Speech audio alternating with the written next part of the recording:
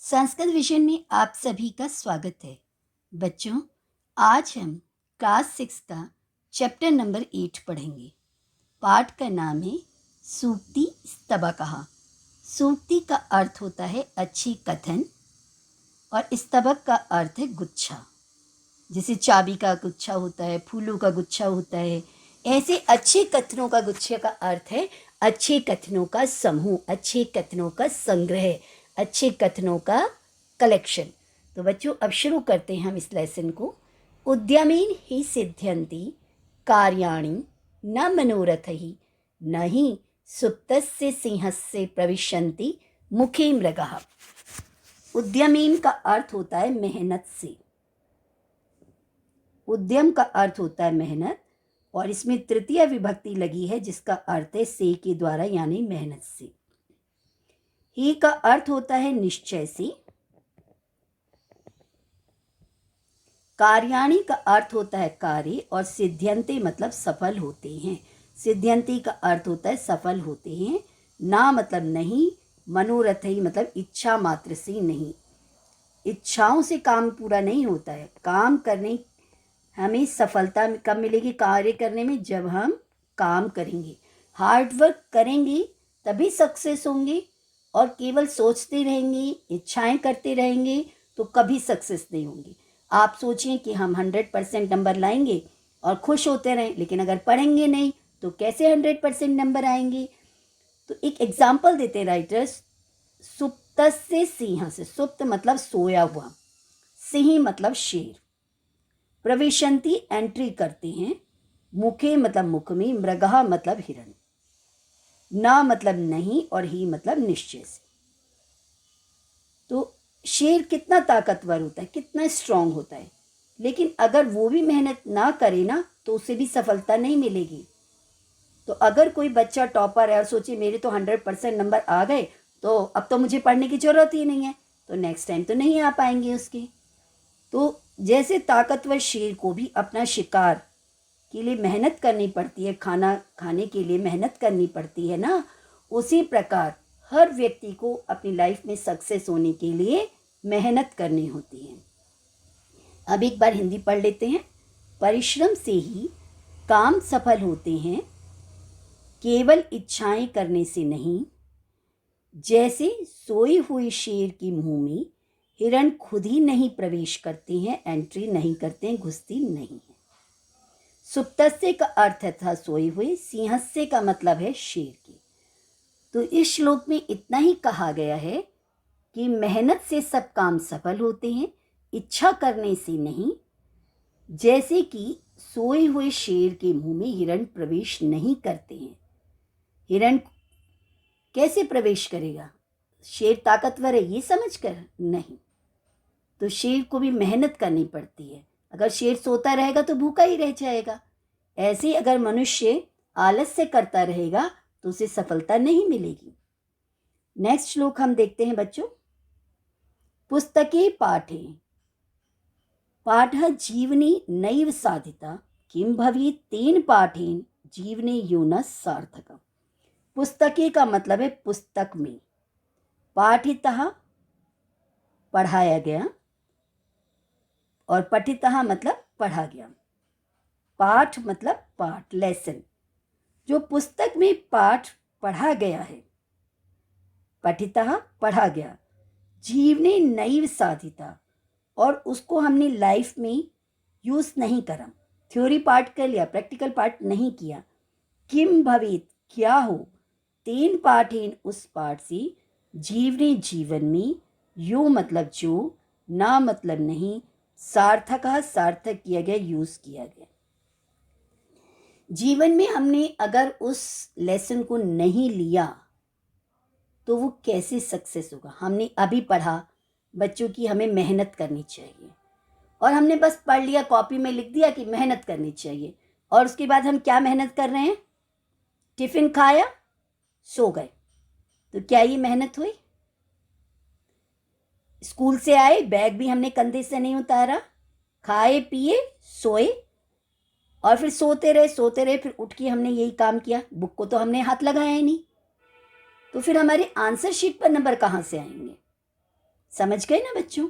तो पुस्तके पठितः पाठः, पुस्तक में पढ़ा गया पाठ अगर जीवन में उपयोग नहीं लाया गया तो वो पाठ जीवन में सार्थक नहीं है। उस पाठ से क्या लाभ?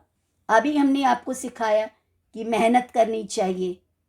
तो मेहनत कैसे होगी कि सिलेबस में जो लेसन है उस लेसन को ध्यान से पढ़िएगा, समझिएगा, पाठों के प्रश्नों के उत्तरों को याद कीजिएगा ताकि पेपर में अच्छे से नंबर आए। लेकिन अगर आप ये सब नहीं करेंगे, आलस से करते रहेंगे, तो जीवन में सफलता नहीं मिलेगी। फिर अब हम करते हैं नेक्स्ट लोग। प्रिय वाक्य प्रदानीन, प्रिय वाक्य बोलने से, प्रिय मतलब मधुर वाक्य, सॉफ्ट स्पोकन, प्रदानीन बोलने से, कहे जाने से। सर्वे मतलब सब, तुष्यंती सेटिस्फाइड हो जाते हैं, खुश हो जाते हैं, मानवः मतलब मनुष्य, सभी मनुष्य सॉफ्ट स्पोकन होने से खुश हो जाते हैं। अगर आप किसी से सॉफ्ट स्पोकन होते हो, अच्छे से बात करते हो, प्यार से बात करते हो, तो वो इंसान खुश हो जाता है। तस्मात् इसलिए प्रियम ही वक्तव्यम, प्रिय ही बोलना चाहिए, यानी मधुर वचन ही बोलने चाहिए। वचने बोलने में का मतलब क्या, दरिद्रता मतलब गरीबी अर्थात कंजूसी। मीठे बोल बोलने में किसी का क्या जाता है? आपकी कोई पॉकेट थोड़ी खाली हो जाती है। तो हमेशा गुड वर्ड्स बोलने चाहिए, बैड वर्ड्स नहीं बोलने चाहिए। प्रिय वाक्य बोलिए, मधुर वाक्य बोलिए, तो आपको खुद को भी अच्छा लगेगा और जो सुन रहा है बच्चों उसको भी अच्छा लगेगा। तस्मात् का अर्थ होता है इसलिए। तो सब मनुष्य प्रिय वचन कहे जाने पर प्रसन्न हो जाते हैं, इस कारण मधुर वचन ही बोलने चाहिए। वाणी के उपयोग में कंजूसी क्यों की जाए? वचने का दरिद्रता, वचने बोलने में, वाणी के प्रयोग करने में, का मतलब क्या, दरिद्रता मतलब गरीबी अर्थात कंजूसी। अगर आप किसी को पैसे देते हो, 100 रुपीज़ दे, तो आपके पॉकेट से 100 रुपीज़ कम हो जाते हैं। लेकिन अगर आप किसी से प्यारा बोलते हो, मधुर वचन बोलते हो, तो आपका कोई बैंक बैलेंस थोड़ी खत्म हो जाता है। तो बोलने में कैसी कंजूसी?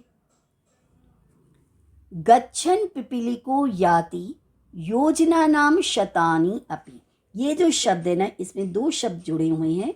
एक तो है शतानी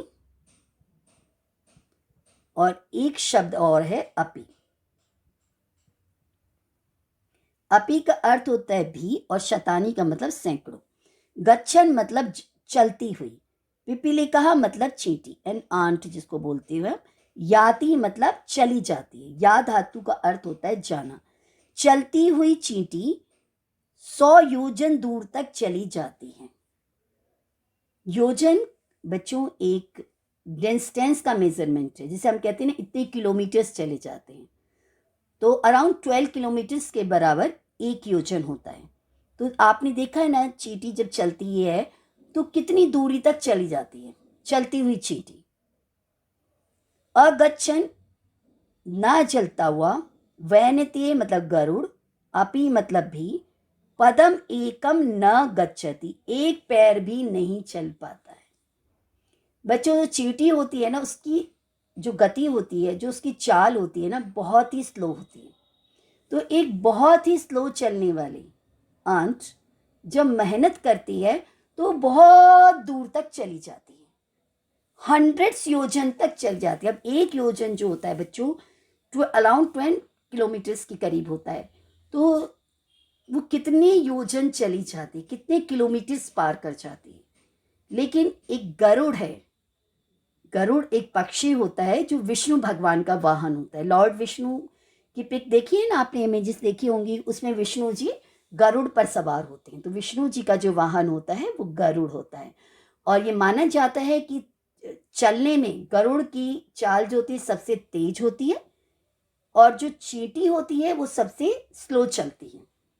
तो एक स्लो चलने वाला भी बहुत दूरी तक आगे जा सकता है और एक बहुत तेज चलने वाला भी पीछे रह सकता है, क्योंकि जो चलेगा नहीं तो वो आगे कैसे बढ़ेगा, और जो चलना शुरू करेगा तो वो आगे चले ही जाता है।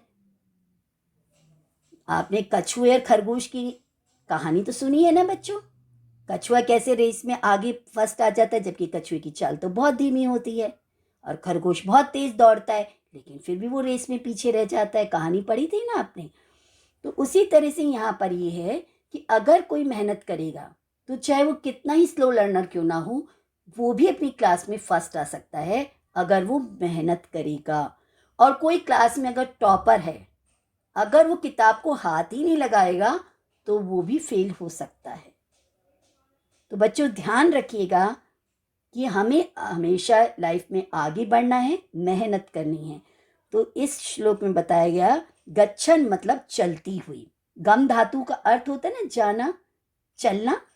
तो जाती हुई चींटी अर्थात चलती हुई चींटी तो सैकड़ों योजन की दूरी लांघ जाती है, यानी कि क्रॉस कर जाती है, 100 योजन तक चली जाती है। किंतु ना चलता हुआ गरुड़, वैनते का अर्थ होता है बच्चों गरुड़, एक कदम भी नहीं जाता है। पदम एकम में है, पहले एकम शब्द लेंगे और फिर पदम शब्द लेंगे।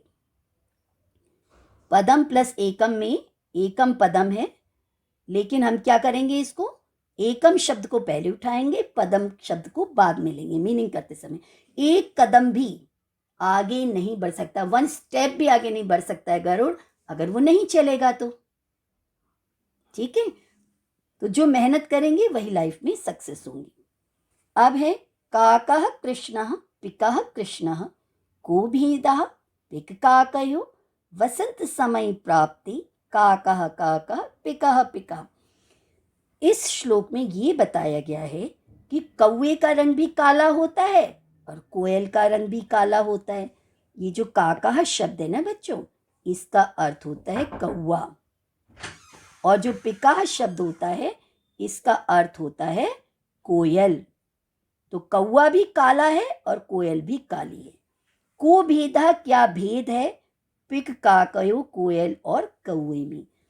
वसंत समय प्राप्ति, जब स्प्रिंग सीजन प्राप्त होता है तब काकः काकः पिकः पिकः, कौवा कौवा रहता है और कोयल कोयल होती है। कैसे, जब वसंत ऋतु आती है ना, स्प्रिंग सीजन आता है, तो सभी खुश होकर बोलते हैं। जब आप बहुत एक्साइटेड होते तो आपके मुंह से वॉइस निकलती है ना, तो जब कौवा और कोयल दोनों की वॉइस निकलती है मुंह से, तो कोयल की मधुर आवाज़ बता देती है कि ये कोयल है, और कौवे की कांका बता देती है कि ये कौवा है। तो मनुष्य की पहचान उसके अपने गुणों से होती है। तो अब हम हिंदी एक बार कर लेते हैं। कौवा काला होता है, जो कृष्ण शब्द है ना, इसमें इसका अर्थ होता है काला रंग, ब्लैक कलर। ये जो कृष्ण शब्द है यहाँ पर भी आया है, यहाँ पर भी आया है, इन दोनों का अर्थ है काला, ब्लैक कलर। तो कौवा भी काला होता है, कोयल भी काली होती है। कौवे और कोयल में क्या अंतर है, यानी कि ये जो भेद शब्द है इसका अर्थ है अंतर। वसंत समय आने पर कौवा कौवा है और कोयल कोयल है। तो बच्चों, कैसा लगा मेरा ये वीडियो आपको? अगर मेरा ये वीडियो आपको अच्छा लगा हो तो इसे प्लीज़ अधिक से अधिक लाइक, शेयर और सब्सक्राइब कीजिएगा। Thank you.